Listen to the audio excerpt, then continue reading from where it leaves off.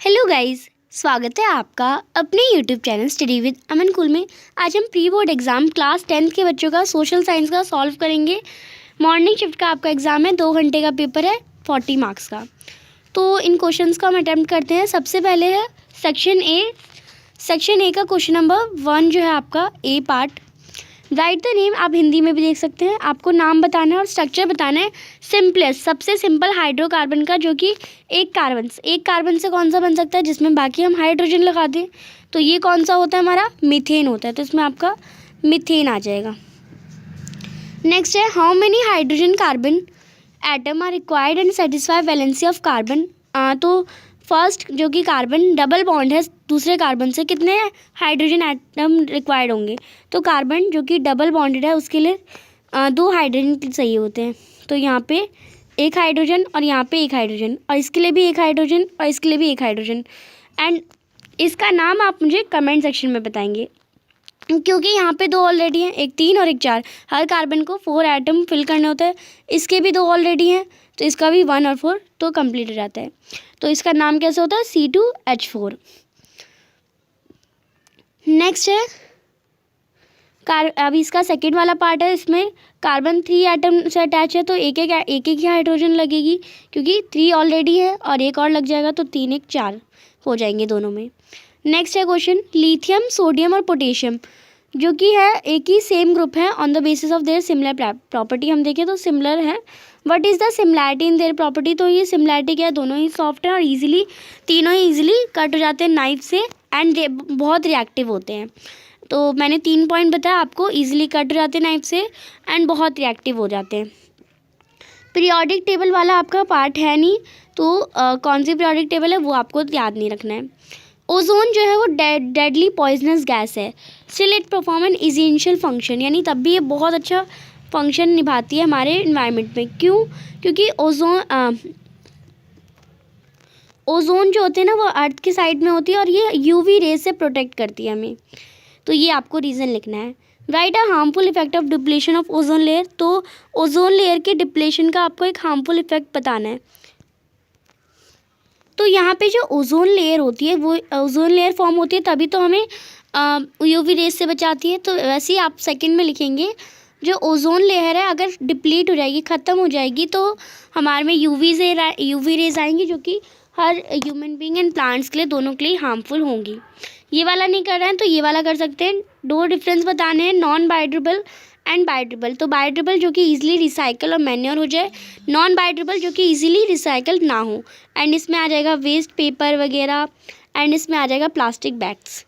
Draw field lines of magnetic effect through a current carrying. तो आपको एक solenoid बनाना है, जस्ट लाइक एक सॉलिनॉइड बनाया, अब उसकी फील्ड लाइंस बनानी है। तो कुछ इस टाइप में होती है जिसमें जो हमारा मैग्नेटिक इफेक्ट होता है, इस टाइप में ही आपकी लाइन होती है, आपको इस टाइप का बनाना था। नेक्स्ट देखते हैं, और बीच में सॉलिनॉइड लिख सकते हैं। 5th को इसका ये अथवा है, what type of core should be put inside a current carrying solenoid to make an electromagnet and why. तो एक एन आयरन सॉफ्ट आयरन जो होती है, सॉफ्ट आयरन कोर जो होती है वो करंट कैरिंग सोलिनॉइड को इलेक्ट्रोमैग्नेट में हमें डाली जाती है, जिससे जो करंट है, मैग्नेटिक इफेक्ट इजीली हो पाए। नेक्स्ट है क्वेश्चन नंबर 5। ट्रेट ए जो है वो एग्जिस्ट करता है 10% पॉपुलेशन में, आसेक्सुअल रिप्रोडक्शन स्पीशीज़ में। ट्रेट बी जो है वो 60% में है सेम पॉपुलेशन में। कौन सा ट्रेट जो है वो लाइकली अराइजन होगा। तो आपका ये बुक का भी हेरिडिटी चैप्टर का ही फर्स्ट इंडेक्स क्वेश्चन है।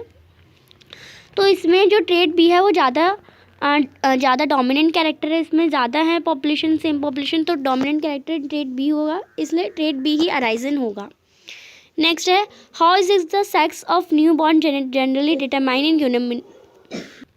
How the sex of new born genetic determine in human beings. तो सेक्स न्यू बॉर्न का, क्योंकि हमारे मेल में जो होता है वो एक्स एंड वाई होता है, एंड फीमेल में आपको पता है जो क्रोमोसोम होते हैं वो एक्स और एक्स होते हैं। अगर एक्स और एक्स मिल के बना तो गर्ल ही बनेगी, एंड एक्स और वाई बना तो हमारा जो है वो बॉय बनेगा। तो ये डिपेंड होता है, ये जेनेटिक किसी भी सेक्स न्यूबॉर्न चाइल्ड का डिसाइड होता है। नेक्स्ट है question number 6। Where is zygote implanted in human female reproductive system. तो जाइगोट जो होता है वो यूटेरस में होता है, इम्प्लांट होता है वहीं पे, वो 9 मंथ्स के लिए होता है। नेक्स्ट है how does developing embryo take nutrition and excrete its waste. तो जो डेवलपिंग एम्ब्रॉय होता है वो प्लेसेंटा के थ्रू, तो यहाँ पे मैं ओनली वर्ड लिख रही हूँ, आपको पूरा सेंटेंस लिखना है।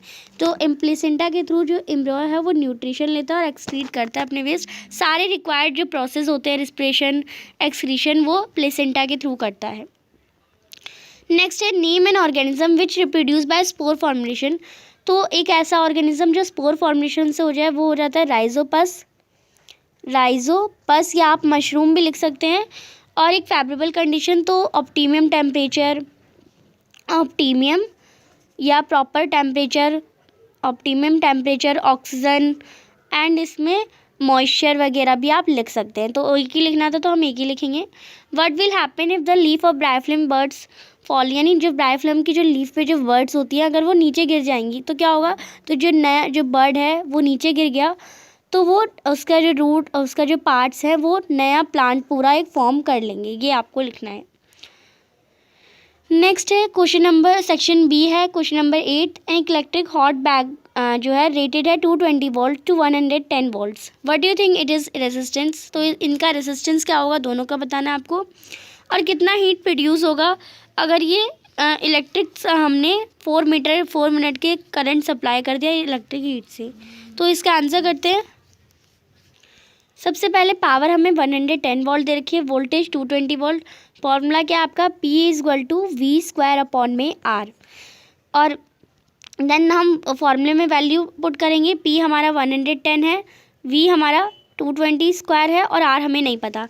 तो रेसिस्टेंस हम निकाल सकते हैं, R कर सकते हैं 220 का स्क्वायर यानी एंड V जो मल्टीप्लाई में था वो डिवाइड में आ जाएगा यानी 110 वोल्ट।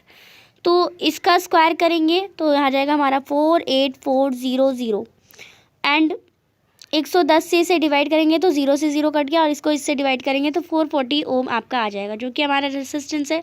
अब हीट प्रोड्यूस हम निकाल सकते हैं। तो हीट प्रोड्यूस होगी हमारी पावर इंटू टाइम। पावर हमारी 110 वोल्ट है, टाइम 4 मिनट, 1 मिनट में 60 सेकेंड होते हैं। 4 × 16 कर दिया 4 मिनट,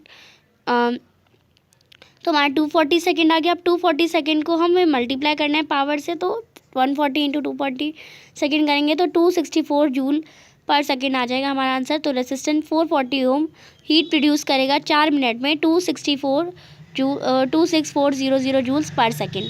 नेक्स्ट क्वेश्चन देखते हैं। नेक्स्ट इसी का अथवा क्वेश्चन है the energy consumptions of a house is 4500 per day and the rate of electricity supplied company is 4 rupees. What will the amount of electricity bill for duration of 10 days. तो energy आपको बतानी है। जो energy consumption दे रखा है हमें 4500 kilowatt per hour per day. Rate of energy supplied होती है 3 रुपये में। What will amount of electricity bill. तो इलेक्ट्रिसिटी बिल बताना है आपको 10 दिन का। तो एनर्जी हमें इतनी होती है 545,000। टाइम हमें 10 डेज दे रखा है तो हमें क्या निकालना है, हमें इसका यूनिट्स यानी पावर निकालनी है एंड इसको फिर 3 से मल्टीप्लाई करना है कि कितने पर यूनिट यूज़ होता है। तो इसका आंसर करते हैं। तो सबसे पहले एनर्जी कंजप्शन जो है हमारी 44500 वॉट पर आवर है और 10 दिन के लिए हम तो मल्टीप्लाई कर देंगे पावर निकालने के लिए एंड यहाँ पे हम मल्टीप्लाई करेंगे तो ये हमारा हो जाएगा 4500 को हम 45 के किलो वॉट पर आवर भी लिख सकते हैं यानी 45 यूनिट हो गई।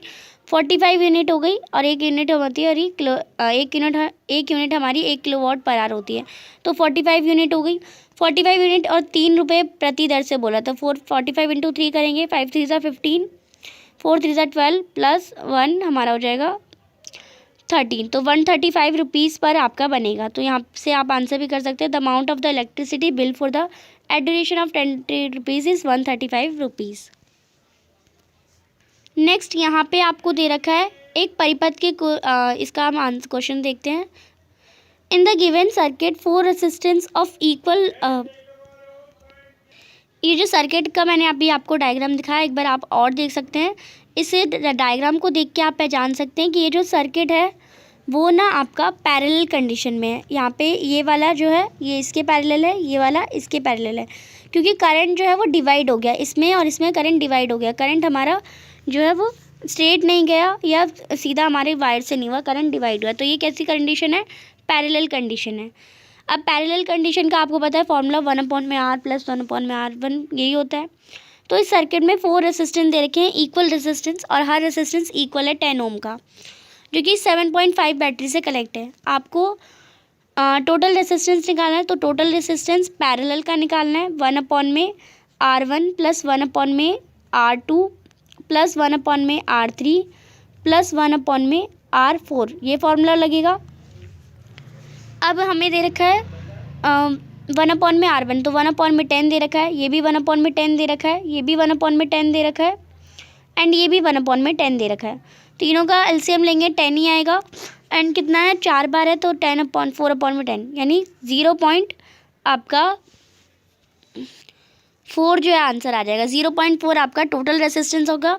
एंड टोटल करंट आपको निकालना है, तो टोटल करंट होता है चार्ज इनटू टाइम, यानी I = QT, टोटल करंट हो जाएगा आपका। एंड करंट का ही आपका फॉर्मूला A = V² R/T भी होता है। तो आप 7.5 बैटरी दे रखी है, 7.5 का स्क्वायर करेंगे, R आपको पता चल गई 0.4 इंटू टाइम, आपको इंटू टाइम का टाइम नहीं होता इसमें, सॉरी, V² होता है, ये V² टाइम V² R होता है, इसको डिवाइड करेंगे, एंड देन जो आपका आंसर आ जाएगा वो आपका टोटल करंट होगा सर्किट में। नेक्स्ट है, in the electric circuit 4 resistor of 3 ohm are arrange in the combination R1 + R2, यानी 4 रेजिस्टेंस हमारे किस कंडीशन में, पैरेलल में है। तो 1/3 + 1/3 + 1/3, तीनों का एलसीएम 3 हो जाएगा, 3/3 यानी 1 ओम आपका आंसर हो जाएगा। पैरेलल में विच आर इंटरकनेक्ट और टू, और वो फिर कनेक्ट है R4 से सीरीज़ कॉम्बिनेशन में, और ये भी 3 ओम का ही है। तो 1 ओम + 3 ओम कितना हो जाएगा, क्योंकि सीरीज़ में तो R1 + R2 होता है, तो ये 4 ओम हो जाएगा। तो टोटल रेसिस्टेंस कितना हो गया, 4 ओम हो गया। Find the total current in the circuit, आपको टोटल करंट निकालना है। 12 वोल्ट आपकी बैटरी है, जो कि सर्किट से वही फार्मूला यूज़ कर लेंगे, बट ये आपका जो है विजुअली इम्पेयर्ड स्टूडेंट्स के लिए था। नेक्स्ट है, draw well label diagram of longitudinal section of flower. तो जस्ट लाइक फ्लावर का है, तो सबसे पहले आप ओवरी वाला पार्ट बना देंगे, ये ओवरी, यहाँ पे ओव्यूल्स बना देंगे, एंड देन ये आपका ये इस टाइप का पार्ट हो जाएगा। देन यहाँ पे आप एंथर बना देंगे, एंथर, एंड ये भी आपका एंथर बन जाएगा। मैं आपको एक बार एक रफली बना के दिखा दे रही हूँ, जिससे आपकी प्रैक्टिस हो जाएगी। एंड ये आपका ऐसे बन जाएगा, एंड ये आपका ऐसे, एंड इसके पार्ट्स भी आपको लेबल करने हैं। वेल लेबल लिखा है ना, यानी इसके पार्ट्स भी लेबल करने हैं। तो ये आपका हो जाएगा, सबसे पहले इसे फिल करते हैं। ये आपका हो जाएगा, जो कि हम फीमेल रिप्रोडक्टिव पार्ट लिख रहे हैं, स्टिग्मा, स्पेलिंग आप लिख लीजिएगा, मैं आपको बता दूँ। स्टिग्मा है ये वाला पार्ट स्टिग्मा हो जाएगा। ये वाला पार्ट जो है वो आप पूरा स्टाइल लिखेंगे। ये वाला पार्ट ओवरी, एंड ये वाला जो पार्ट है वो ओव्यूल। नेक्स्ट ये हो जाएगा एंथर, और ये हो जाएगा फिलामेंट, जो कि आपका क्या बनाते हैं, ये आपका मेल रिप्रोडक्टिव पार्ट बनाते हैं, जो कि हम जिसे स्टेमन भी कहते हैं। एंड ये पिस्टिल के स्टिग्मा, स्टाइल, ओवरी, ओव्यूल को मिला के हम उसे पिस्टिल कहते हैं। इसके पूरे पार्ट को पिस्टिल कहते हैं या कार्पेल कहते हैं। ये जो फ्लावर जो बाहर का पार्ट होता है, इसे हम पेटल्स के सेपल कहते हैं, और इसके नीचे वाले जो हरे वाले पार्ट को पेटल कहते हैं। तो ये मैंने पूरा पार्ट बता दिया आपको, डायग्राम बना दिया। आप अपनी बुक से भी देख सकते हैं, बिकॉज आप यहाँ पे रिवीजन कर रहे हैं। 2 रीज़न बतानी है आपको कंट्रासेप्टिव मेथड क्यों यूज़ होती हैं। तो सबसे पहला रीज़न तो है अनवांटेड प्रेगनेंसी, यानी ऐसी प्रेगनेंसी जो मतलब चाहते नहीं है कि प्रेग्नेंट हो लेडी, तो उसके लिए हम क्या यूज़ करते हैं, कंट्रासेप्टिव मेथड्स। पहला रीज़न तो अनवांटेड प्रेगनेंसी रहेगा। दूसरा रीज़न कि पॉपुलेशन को कंट्रोल करना, यानी अगर सेक्स होगा तो पॉपुलेशन बढ़ेगी, एंड प्रेगनेंसी हो जाएगी तो पॉपुलेशन बढ़ेगी, तो पॉपुलेशन को कंट्रोल करना, यानी जो एक्स्ट्रा पॉपुलेशन हो रही है उसे कंट्रोल है। नेक्स्ट कॉपर टी जो है वो जो यूज़र्स हैं उसे STD के लिए यूज़ करते हैं। सबसे पहले STD समझना होगा। STD होता है सेक्शुअली ट्रांसमिटेड डिसीज़, यानी कॉपर टी क्या आपको हेल्प करती है कि सेक्शुअली ट्रांसमिटेड डिसीज़ यानी डिसीज़ सेक्शुअली ट्रांसफ़र ना हो, तो नहीं। कॉपर टी होती है वो कंट्रासेप्टिव मेथड है, ना कि STD यानी सेक्शुअली ट्रांसमिटेड डिसीज़ को ओवरकम करे, तो ये आपका नहीं होगा, ये कंट्रासेप्टिव मेथड है। नेक्स्ट देखते हैं हम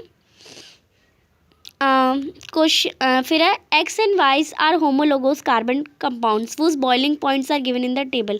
तो ये जो एक्स और वाई हैं जिसका बॉइलिंग पॉइंट दे रखा है, which molecule have higher molecular mass, तो वाई का ही मॉलिक्यूलर मास हाई होगा, जिसका जितना बॉइलिंग पॉइंट है उतना उसका मॉलिक्यूलर मास हाई होता है।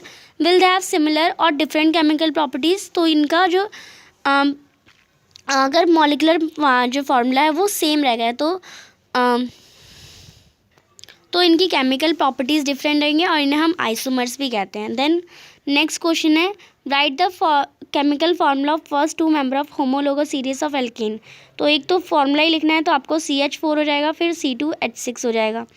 CH4 क्या है, मीथेन है, एंड ये हमारा इथेन है, ETHANE। ये भी मैंने, आप स्पेलिंग नहीं समझ पा रहे होंगे, मीथेन एंड इथेन, ये फर्स्ट टू मेंबर्स हो जाएंगे होमोलोगस सीरीज ऑफ एल्केन के। नेक्स्ट है क्वेश्चन नंबर 13। यहाँ पे आप हिंदी में पढ़ सकते हैं। The atomic number of an element Z 16 now predicts. तो यहाँ पे ये क्वेश्चन वैसे आपका सिलेबस में नहीं है बट थोड़ा बहुत है, तो इसे हम देख लेते हैं। 16 एटॉमिक नंबर हमारा हो जाता है सल्फर। सल्फर की वैलेंस इलेक्ट्रॉन कितने हैं, तो 2, 8 और 6, यही उसका इलेक्ट्रॉनिक कन्फिग्रेशन होता है, तो वैलेंस इलेक्ट्रॉन 6 होंगे। वैलेंसी को हम देखते हैं, टोटल 8 होनी चाहिए, 8 में से 6 है तो कितनी वैलेंसी हो जाएगी, 2, तो वैलेंसी हमारी 2 होती है। ग्रुप एंड पीरियड नंबर वाला पीरियोडिक टेबल वाला क्वेश्चन आपका नहीं आ रहा। नेक्स्ट आपको बताना है मेटल है या नॉन मेटल, तो ये नॉन मेटल है। और एलिमेंट Z का नाम क्या है, तो वो सल्फर है, तो आप इसे लिख सकते हैं सल्फर। तो यहाँ पे सारे मैंने क्वेश्चन बता दिए। नेक्स्ट क्वेश्चन नंबर 13 है, इसे आप हिंदी में देख सकते हैं, बिकॉज मैं आंसर वर्बली बोल रही हूँ, मैं कुछ आंसर लिखवा नहीं रही, आपको बस एग्जैक्ट वर्ड बता रही हूँ। यहाँ पे फोर्थ चेन दे रखी है, इस फोर्थ चेन का ऑब्जर्व करना है, क्वेश्चन का आंसर करना है। How what does arrow sign depicts in the given point. तो ये एरो साइन क्या डिपिक्ट कर रहा है कि एनर्जी पास हो रही है, तो ये यही डिपिक्ट कर रहा है एनर्जी जो है पास हो रही है, पास्ड। नेक्स्ट है how much energy level X and Y. तो जो लेवल एक्स और वाई है उसमें एनर्जी कितनी हो रही है, तो यहाँ पे 2000 है, एनर्जी यहाँ पे कितनी हो जाएगी, उसकी जस्ट 10% निकल जाएगी, तो यहाँ पे 200 हो जाएगा, 10% ही बचेगी, 90% वो खुद ही कंज्यूम कर लेता है, तो यहाँ 200 हो जाएगा, यहाँ 20 हो जाएगा, एंड यहाँ 2 kg है ही।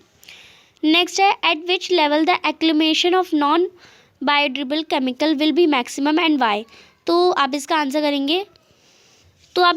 करेंगे higher the trophic level and organism occupy the food chain higher will be the accumulation of non biodegradable resources. यानी जितना ज़्यादा टॉपिकल लेवल हाई होगा तो फूड चेंज भी बढ़ती जाएगी, एक्यूमुलेशन भी नॉन बायोडिग्रेडेबल बढ़ता जाएगा, और इस फिनोमेना को हम बायोमैग्निफिकेशन कहते हैं।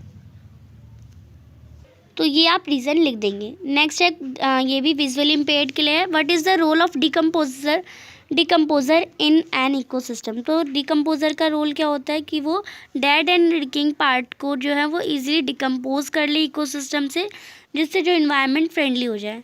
नेक्स्ट है 2 ways in which non biodegradable substance would affect the environment. तो आपको 2 ways बताने हैं। तो जो नॉन बायोडिग्रेडेबल सब्सटेंस हैं वो पॉल्यूशन क्रिएट करते हैं, अगर वो एक्यूमुलेट हो जाए सॉइल में तो वो सॉइल पॉल्यूशन या सॉइल को वेस्ट कर देते हैं, एंड वे जो वेस्ट प्रोडक्ट है वो इजीली रिसाइकल नहीं होता है, तो आप ये रीज़न लिख सकते हैं। नेक्स्ट है यहाँ पे ये क्वेश्चन है, इसके हम देखते हैं answer. Give reason why only tall plants are observed in first generation of progeny. यानी जो फर्स्ट जनरेशन होती है ऑफस्प्रिंग में, उसमें टॉल प्लांट्स ही क्यों होते हैं, क्योंकि टॉलनेस जो है वो जो है डोमिनेंट कैरेक्टर है, और जो शॉर्टनेस है वो जो है वो रिसेसिव कैरेक्टर है। तो टॉलनेस इसलिए अपेयर होती है बिकॉज वो डोमिनेंट है। What will the pattern of genotype end of the first generation. तो क्या होता है पैटर्न 1:2:1 होता है, और वो आप इसे ड्रॉ करके भी मतलब उसका पूरा डायग्राम बना के भी दिखा सकते हैं। When first generation are self pollinated the total of 600 plants were produced. Write the number of plants according to the ratio of phenotype in this generation. तो आपको सेल्फ पॉलिनेट करा है, तो फिनोटाइप का रेशियो क्या होता है फर्स्ट जनरेशन में और सेल्फ पॉलिनेटेड में, तो वो होता है 3:1। अब 3:1 है यानी 3/4 हो जाएगा, इन दोनों को प्लस करेंगे और 3:1 है। इनटू में हमें टोटल प्लांट्स दे रखे हैं 600। सबसे पहले हम डोमिनेंट कैरेक्टर का निकाल रहे हैं, तो इसका आ जाएगा आपका इसे सॉल्व करेंगे तो आपका आ जाएगा 450 प्लांट्स। तो 450 प्लांट्स जो होंगे वो डोमिनेंट कैरेक्टर में होंगे।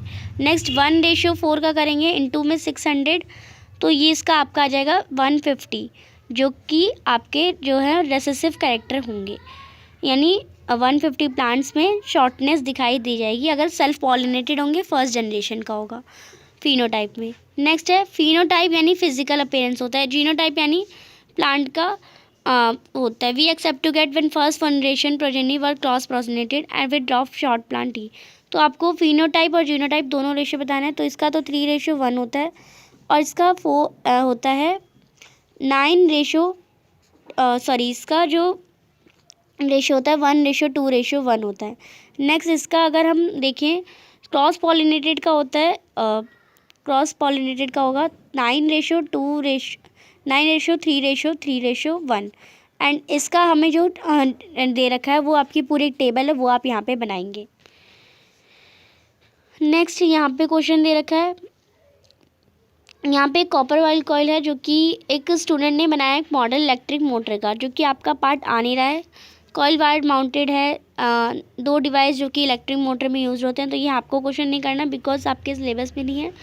How does current BC in the contribute to form turning on the foil, तो ये पूरे क्वेश्चन आपके नहीं है। तो आई होप आपको ये जो पेपर है वो अच्छे से समझ आ गया होगा।